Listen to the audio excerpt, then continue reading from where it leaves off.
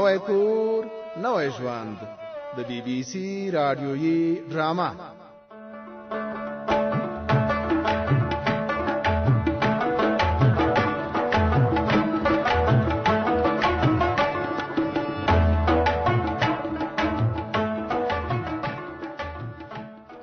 غوټۍ د میږو وړۍ برابرې کړې وې او د لمڅي په جوړولو بوخته وه.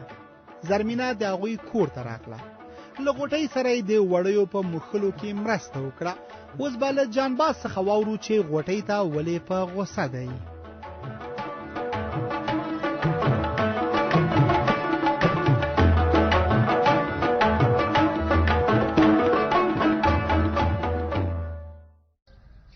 غوټۍ غوټۍ څه وایې اکا؟ چېرته یې چې غږ دې راځي او خپله نه ښکارې؟ دلته په کوټه کې یم اکا. په کومه کوټه کې؟ دغې د څنګ تشه کوټه کې. دلته څه شی کوې؟ لیمڅی موښم اکا. ما د لیمڅي له موښلو نه وې منې کړې؟ ستا په سترګو کې هېڅ حیا نشته، نه کشر پېژنې نه مشر. اکا داسې مه وایه، ما خو ستا سپکه نه ده کړې. سپکه لا څنګه وي؟ درته مې وویل چې ټولې وړۍ راکړه چې په بازار کې خرڅې کړو. ټولې مې درکړې اکا، او تا په بازار کې خرڅې کړې. نورې نخرې دې کمې وي چې اوس لا پسې دروغ هم وایې. دروغ د ایمان زوال دی، خدای مې دې ترې وساتي. له ځانه سپینه بڼکه مه جوړوه، ښه دې پېژنم. وړۍ دې پټې کړې وې او دا دې اوس در باندې بلالا شوې. اکا دا زموږ د میږو وړۍ نه دي، دا مې په کوس کې لیکي د اکبر له مېرمنې زرمینې ترور نه په نغدو پیسو واخیستې. په پیسو دې اخیستې؟ هو، لیمڅي ته مې عجب دی. ما ویل چې له بازاره به یې په ګرانه بیه اخلم، په کور کې به خپل لاسونه پرې ستړي کړم او ځان ته به یې جوړ کړم لږ به ارزانه پرېوځي. غوټۍ ډېره کم عقله ښځه یې. اکا دا چې لیمڅی جوړوم ته یې کم عقلي بولې؟ کم عقلي چې نه ده نو څه ده؟ پیسې دې په لاس درغلي دي، اوس نه پوهېږي چې څنګه او په کومه لاره یې ولګوې. درته مې وویل چې ما ته یې راکړه. ښځه په پیسو څه شی کوي؟ و دې نه منله او را دې نه کړې. هغه څه چې ته یې کم عقلي بولې زه یې عقل بولم اکا. بلوا دې ستا په دې عقل شي. عقل همداسې وي چې د کور کارونه خوښې کړه، شپه ورځ په کوټه کې ننوځه او لیمڅي موښه. اکا د کور ټول کارونه مې سر ته ورسول، بیا لیمڅي ته کېناستم. هم مې ډوډۍ پخه ده او هم مې قطغ. چې داسې ده بیا خو د ډوډۍ تیاره کړه. لږې له لاسه مې نس د شا په تیر پورې نښتی دی. سمه ده اکا، اوس یې دستي را تیاروم.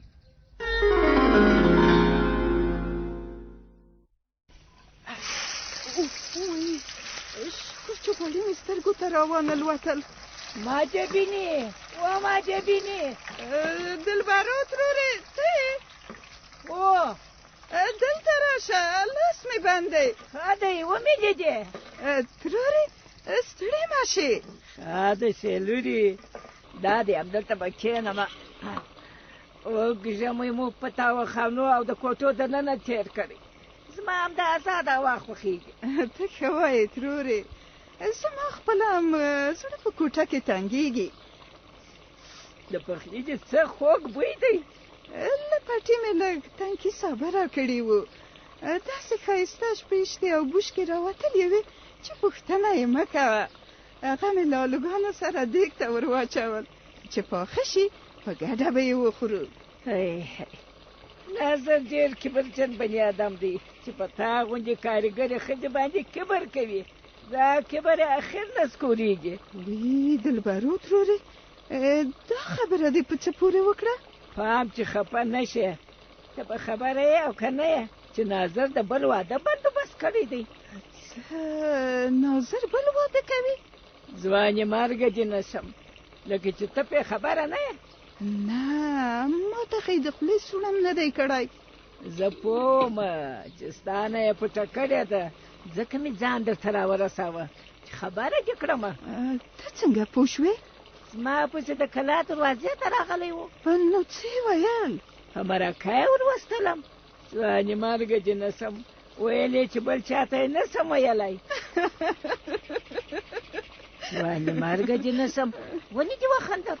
ناظر ټوکي بني ادم دی، ټوکه یې در سره کړې ده. ځوانې مرګه دې نه شم، ټوکه یې نه ده کړې، په کلکه یې وویل. چې یو به ته شې او یو به بل څوک پیدا کړم د نجلۍ کور به زه درته وښیم ښه مرکه به ورشئ. دلبرو ترورې چې داسې ده ښه شو چې زه دې خبره کړم. اوس به خامخا دا خبره ځان ته معلوموم.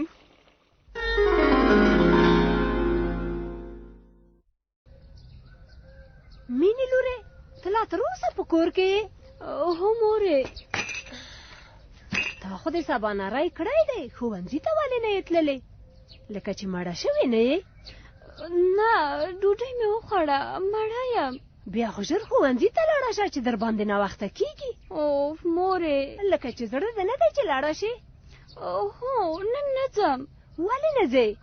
نن نه جمعه ده او نه کومه بله د رخصتۍ ورځ. هله شاباس، ژر جامې دې واغونده او ځان تیار کړه.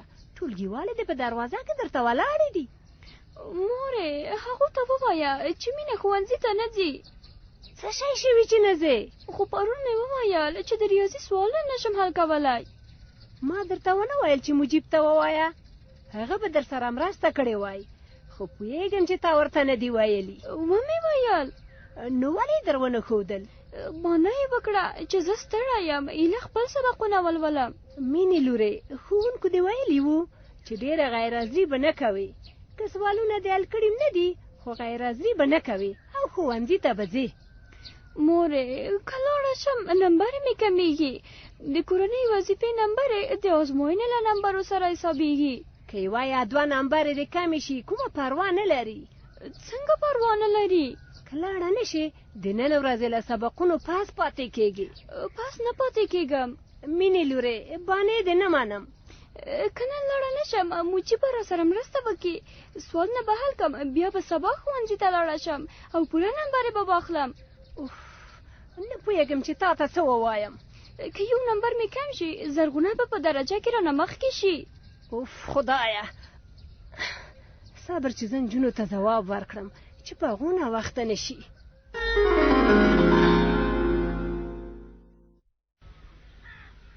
رحیم لالا ستړی مه شې، دا ښه شوه چې دلته په مخه راغلې. ته هم ستړی مه شې ګلالۍ، دا له کومې خوا؟ لکه چې کلینیک ته راغلی. کلینیک نه تاسو که راتللی وم، خو ته په کور کې نه وې.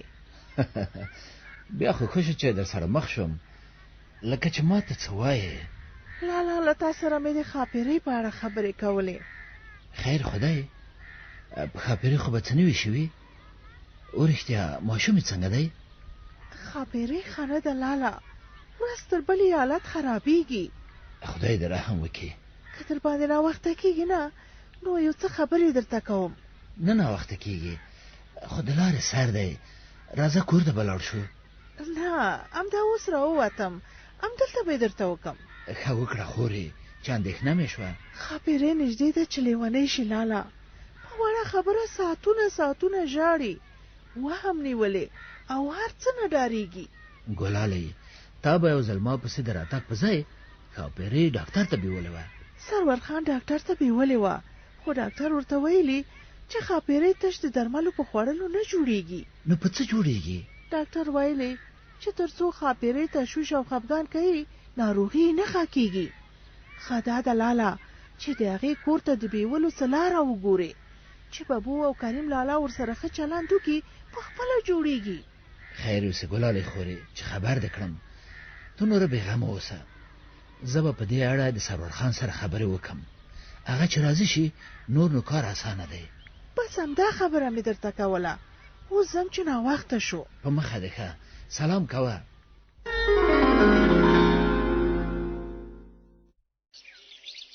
وتسمالي راوړه زونډې پې پورې پې پوره مکې د هلک مورې ونه زنه بختوره دا خو لکه چې هماغه چینۍ ده. هی په ایمان چې پوډر راته ښه ښکار کتلی، هی له کنده خو دنګه او لوړه ښکاري. وی نو ورما چې چادرۍ په سر نه وه چې مخ خو مې ورته کتلی وای. دا سپین سترګی لکه چې ناظر دی چې زما شایې څنګه نیولې.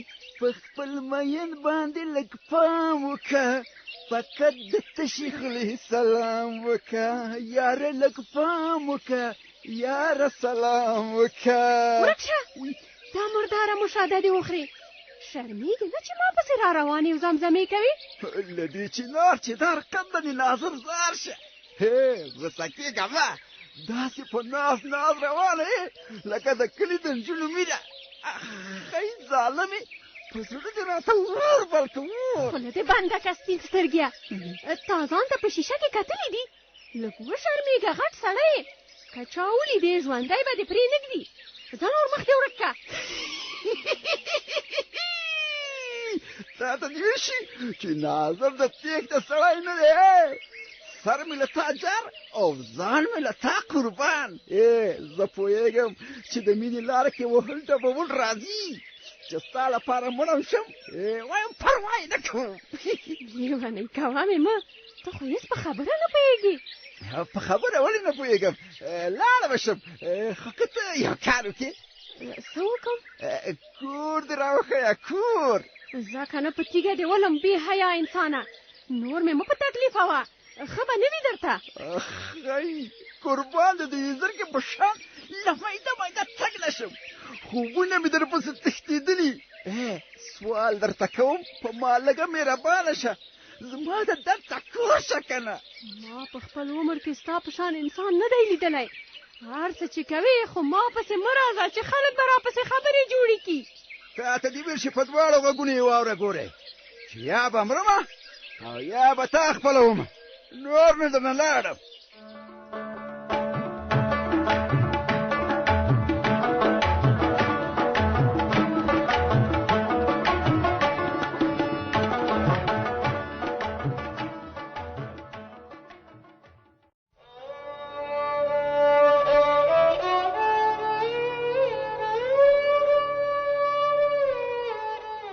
نوی کور نوی ژوند د BBC رادیویي ډرامه.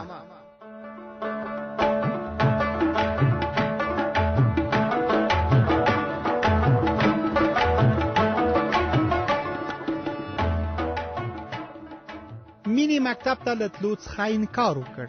شازیې په حیرانۍ له خپلې لور څخه مکتب ته د نه تګ علت وپوښت. مینې وویل چې کورنۍ وظیفه یې نه ده کړې، که مکتب ته لاړه شي معلم صاحب به یې نمرې کمې کړي. راځئ اوس بیا هم له مینې څخه واورو چې ښوونکي ماجبینې ته د خپل نه راتګ په هکله څه بهانه کوي.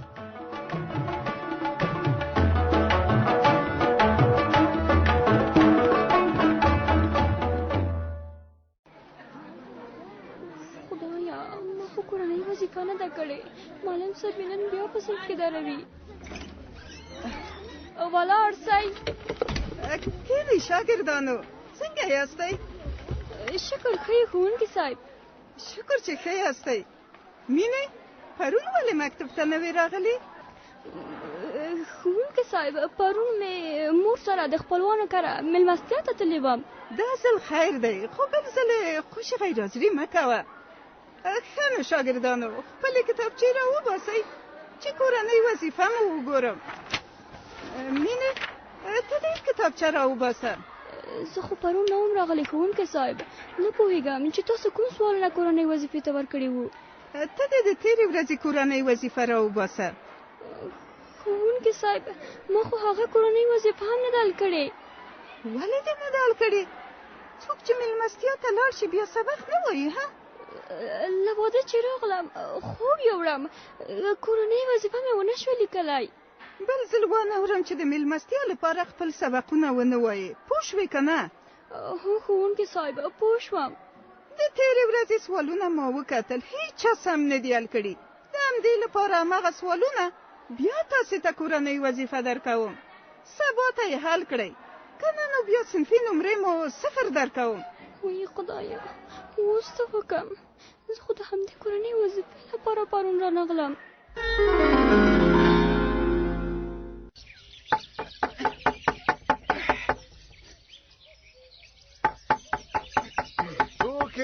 دا دی درغلم. زه یم خاورې ناظر ګل. تا ته دې ویل شي ناظره بې ګوته ده، لکه چې د تالو پاس پورې. سمندر استاد خو ښه دی په کور کې دی. ناظره ته؟ سلام علیکم سمندر استاده، تا ته دې ویل چې دا مبارک لاسونه دې را دي خواږه چې ښکلې کړم دا څه کوې ناظره خوشي مې که تا ته دې ویل چې پرېږده چې تا ته پلار ووایم او د لاسونه له ډېر ښکل کړمه ډېر مه کوه ناظره دا څه کوې د پلار له مړینې وروسته در په دره شوم تېره شپه مې پلار رایاد او ډېر مې ورته وژړل پلار مې د خدای پاک په جنتونو کې په خوب کې مې ولید هغه هیلو او لرې د له مخې ویلې چې سمندر ستا ته پلار ووایه او په هغه د پلار مینه ماته کړه ښه نو و ناظره ضرورت دې کار ته څه دی چې ما ته پلار ووایې او لاسونه مې ښکلوې تا ته دې وشي ما د دویم واده کس کړی څه او سمندر استاده د همدې لپاره راغلی یم چې ته مې پلار شه او ما ته په رایبارۍ باندې لاړ شه ناظره خو چې د ځان په بلا کې ما اچوه ته په څه دی که بې څه ده د دویمې ښځې کړل جنجال لري لکه چې ارامه شپه دې په ځان پیرزو نه ده چې ځان د سریښو په ډنډ کې اچوې تا ته دې ویل چې سمندر استاده زه یو زوی لرم ښځه مې نور اولادونه نه راوړي او زه نه غواړم له خیره سره د ناظرګل په میراث یو زوی پاتې شي زه ډېر زامن او لورګانې غواړم اوه هغه لر او بر ځمکې خو وینې چې ټولې د تا دي چې په میراث د یو زوی پاتې کېږي ښه په دې مې پوه کړه چې څوک دې په نکاح کړی او که هسې دې د دویم واده اوازه اچولې تا ته دې ویل شي هغه ځواني مرګۍ د زرکې په شان تګ لري او د چنار په شان ونه چې دا جګ بوټان یې په پښو کړي وي هی نو ټک ټک په لاره روانوي وایم نه سمندر استاده په ټوله دنیا کې یې جوړه نشته که دا څوک ده نه پوهېږم چې د بر کلي ده او که د کوز کلي او یا هم د سربند کلي خو ته اندېښنه مه کوه ډېر زر به یې درته کور معلوم کړم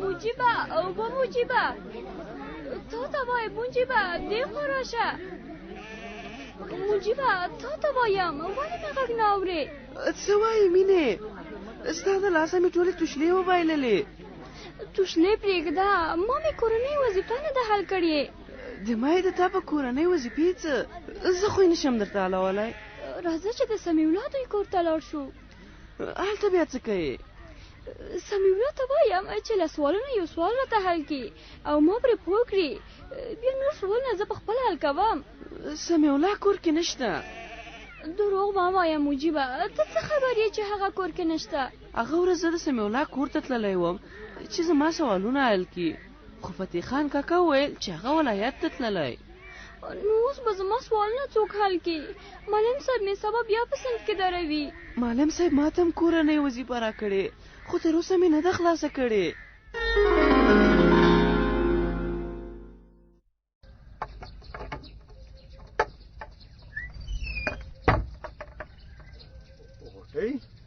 څه وایې لال بازه دا مې ویل چې دا نستونه دي ولې بډ وهلي دي دا 2-3 ورځې مې لیمڅی مخه لاسونه او څنګلې مې سولیدلې دي بیخي تک سره اوښتي چې سولیدلې دي نو څه شی په مخې لږ وسلین مې پې ومخل ګوندې وي چې ورسره ښه شي او د لیمسي مخل سخت کار دی سخت دی خو ما په ډېر شوق وکړ په رښتیا هم چې ډېر قوت غواړي یوازې دې ومخه که څه ما خو ویل چې یوازې به یې ومخم خو که هر څومره مې مخه وړۍ سره نه نښتې زما نه غلطي شوې وه چې د یخ اوبو پرخه مې پرې کړې وه بیا زرمینې ترور د تودو اوبو د پرخې راته وویل ښه نو اوس دې کار چېرته رسولی خلاص شو جوړ مې کړ نو په کوټه کې به دې خور کړی نه هاخوا د بام سر ته وګوره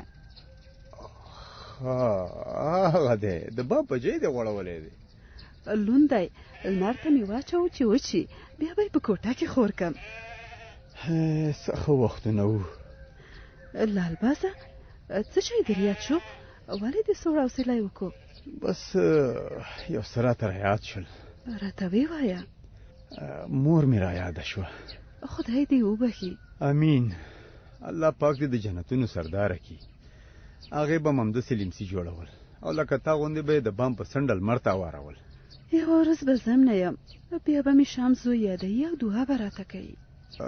زه دا د خفګان خبرې نورې پرېږده. لالبازه لیمڅی مې جوړ شو، خو که رښتیا درته ووایم ډېره خواري مې ورسره ولیده. ګوره غوټۍ، هېڅ کار له خوارۍ او د ځان د ستړتیا نه پرته نه کېږي. د ځان خواري درته نه یادوم، جان باس کاکا کار ته نه پرېښودم، که هر څومره یې منع کولم ما ورسره ونه منله. آخر مې هم د لیمڅي موښل زده کړل او هم مې لیمڅی جوړ شو.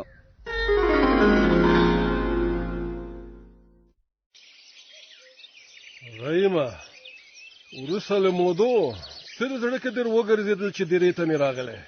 ته ښه وایې سروره، په رښتیا چې ډېر درته شرمنده یم چې د تاسو احوال مې نه دی اخیستی. له دې خبرو تېر شه، ووایه چې څه ته راغلی؟ څنګه یې ووایم، ما ویل چې ښاپیرۍ ورېنداره به مې د ځان سره کور ته بوزم. ها، ډېر ښه. ښاپیرۍ پسې راغلی ها؟ هوکې. ډېر زړور چې دا کار دې کړی. دا چې دلته مې کېناستو ته پریښی او تر اوسه مې درته څه نه دي ویلي، خوشحاله اوسه. سروره، زه منم چې هم زه درته شرمنده یم او هم د موږ کورنۍ درته شرمنده ده. په دې خبره ځان خلاصوی نه شي. زما له خور ښاپیرۍ سره ستاسو په کور کې ډېر زیات ظلم او زیاتی شوی دی. ته دا منې؟ منم یې سروره، خو دا ظلم ما ورسره نه دی کړی. هغې به هم درته ویلي وي. که تا نه دی کړی، ستا مور ورسره زیاتی کړی دی. داسې وکړه ځان زما په ځای وبوله. که ستا له خور ګلالۍ سره څه ظلم وکړم ته به څه ووایې؟ ډېر به خفه شې او که نه؟ خامخا خفه کېږم. خپله خور به زما کور ته پرېږدې؟ رابعه ګلې ترور زما له خوره یوه لیونۍ ښځه جوړه کړې ده، سربادي کړې ده. نو ته خپله ووایه چې زه مې څنګه خور بیا هغه کور ته ور پرېږدم؟ سروره، څه چې ته وایې زه یې در سره منم، خو یوه مور چې د خپلو بچو لرې وي، هم مور ته او هم بچو ته لوی جنجال ور په برخه کېږي. څه وایې چې مومنه د ښاپیرۍ لور ستاسو کړې ده؟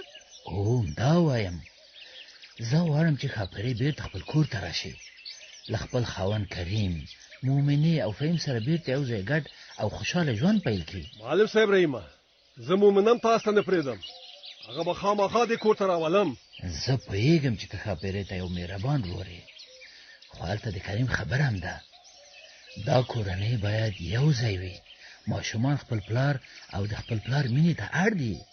رحیمه، ستاسو په کور کې یو شی نشته او هغه د بني آدم درنښت او له هغه سره مینه ده. نو داسې یو کور ته مې څنګه خپله خور پرېږدم؟ ته خپله ووایه. نو ته څه وایې چې ښاپیرۍ او فهیم دې دلته وي، کریم او مومنه دې هلته زموږ په کور کې؟ زه دا نه وایم، تاسو دې کار ته لاره جوړه کړې ده. ګوره سروره، هر څومره چې دا جنجال سره وغځوو له بدو نه بدتر کېږي. ښه دا ده چې دا لانجه سره غوڅه کړو. رحیمه، دا مې واوره، دا لانجه تر هغې نه خلاصېږي چې ستاسو په کور کې له ښاپیرۍ سره ظلم بند نه شي. پوه شوې او که نه؟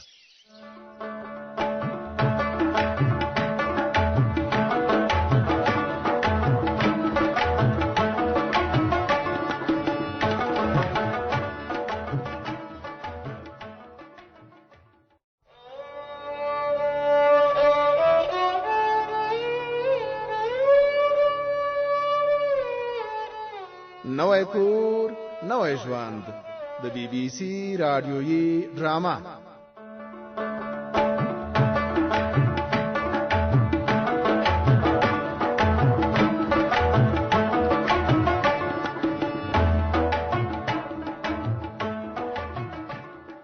معلم رحیم د سرور خان دیری ته راغلی و چې خپله ورېنداره ښاپیرۍ له ځان سره خپل کور ته بوځي، خو سرور خان له رابعه ګلې شکایت وکړ چې له ښاپیرۍ سره جنګ کوي او د معلم رحیم خبره یې ونه منله. اوس به له رابعه ګلې څخه واورو چې ولې ورخطا ده.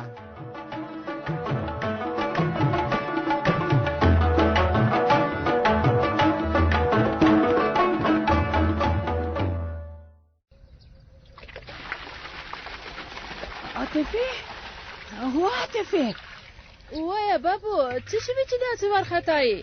مومنه چېرته ده؟ تا لیدلې که نه؟ مومنه خو تر اوسه همدلته وه بابو. چېرته وه؟ زه راته ووایه. مومنې، وا مومنې چېرته یې؟ زه درته وایم نشته او ته پسې چیغې وایې. بابو زه خو چینې ته اوبو پسې تللی وم مخکې م دلته وه کوټې ته دې وکتله ټول کور مې پسې وکاته خدای خبر چې په کوم ګور ننوتې ته اندېښنه مه کوه بابو بهر به وتې وي خپله به اوس راشي نه پوهېږم چې ولې بد فکرونه کوم هسې نه چې مور شیشکې یې وړې وي هغه یې نه بیایي بابو پوهېږې چې داسې بې خبره بیولې موږ په اندېښنه کوي ته اوس دا بابولالې پرېږده د نجلۍ غم وخوره څه وکړم بابو راځه چې بهر پسې وګرځو او را پیدا یې کړو هسې نه چې څه پرې وشي بیا به خلک ما ملامتوي وای خدایه چېرته به یې ولټوو چې هر چېرته وي خپله راځي که نه ځې مه ځه زیاتې خبرې مه کوه بابو ستا وارخطایي زه وارخطا کړم له ماشومانو سره دې ونه لیده لوبې به کوي نو لوبې به کوي خدای خبر چې سر دې له بوسو ډک دی که څه بلا زه درته وایم چې چیرې نشته نه په کور کې او نه له کور نه بهر نو دا به چیرې وي بابو چې هر چیرې وي زه او ته به یې را پیدا کوو راځه مه ناوخته کوه لږ صبر بابو چې شیدې مې په نغري ایښي ښکته به یې کړم په تندر یې ووله کله یوه کوې او کله بله زه یې خپله لټوم ته کارونه وکړه چې کور ګل و ګلزار شي د نغري ور ګل کوم دستې درځم بابو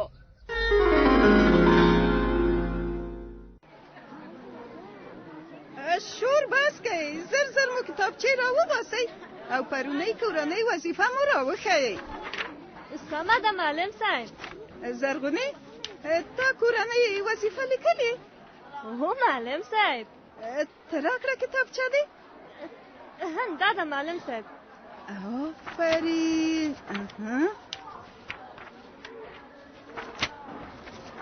ډېره تکړه یې نام خدا ټولې پوښتنې دې سمې حل کړې شاباس پوښتنې سختې وې معلم صاحب بیا مې ماما پسې لاړم چې مرسته راسره وکړي بیا هم آفرین ستا هڅې دا ښیي چې له درسونو سره دې مینه لرې او په څه چې نه پوهېږې ځان پې پوهوې له تا نه به لویه ښځه جوړېږي که همداسې خواري وکړې هو رښتیا مینه چېرته ده مینه په تېر ساعت کې خو وه نو اوس ولې نشته چېرته لاړه تاسې ولې خاندئ معلم صاحب دوی مینې پورې وخندل مینې پورې ولې وخندل او تا خو ونه ویل چې مینه چېرته لاړه معلم صاحب مینې کورنۍ وظیفه نه وه راوړې ځکه د ریاضي د ساعت نه وتښتېده رښتیا هو معلم صاحب زرغونې ته زر پسې د ښوونځي مخې ته لاړه شه ورته غږ کړه چې ټولګي ته راشي زه به یې وګورم معلم صاحب خو هغه لکه چې کور ته تښتېدلې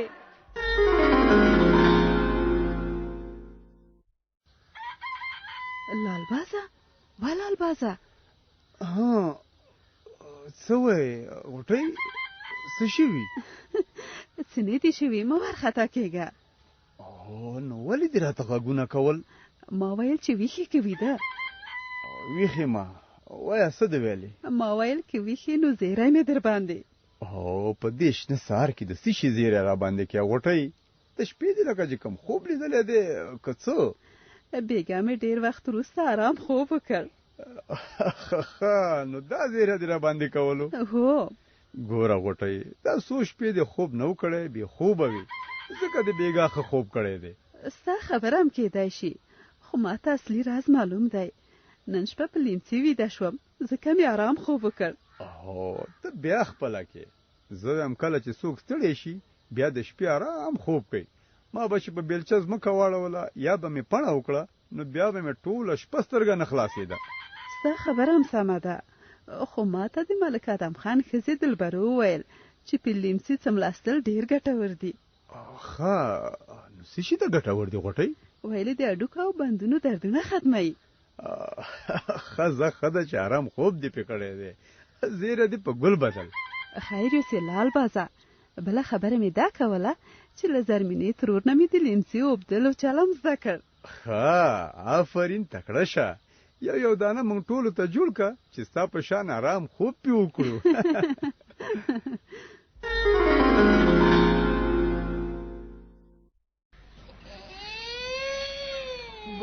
بس نور مه ژاړه تو خو ګلالۍ نجلۍ ژاړه مه لورې دا دی پلار دې راغی اوس به دې کور ته یوسي کریمه مومنه دې سره واخله الو جانې راشه غېږې ته مې راشه آفرین لور جانه مې ده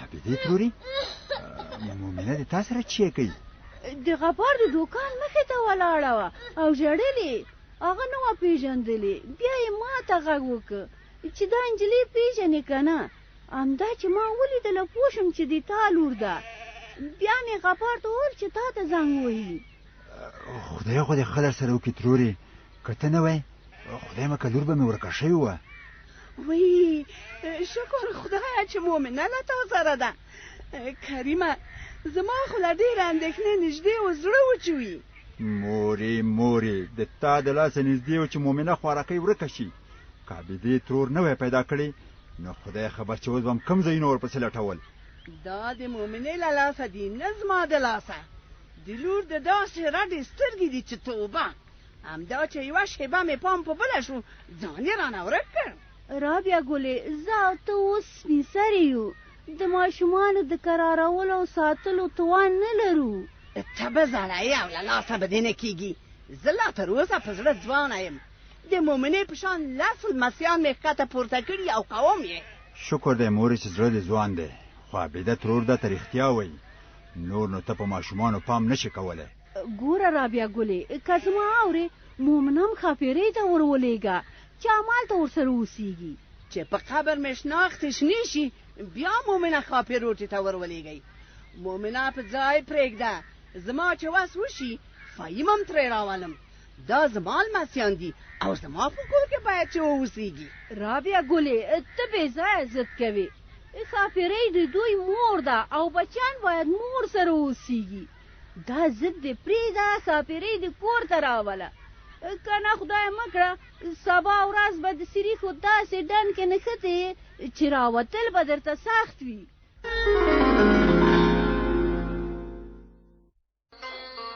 زړه مې د شګو شین کمر دی وي د بېلتان باران یې ورو ورو نړوینه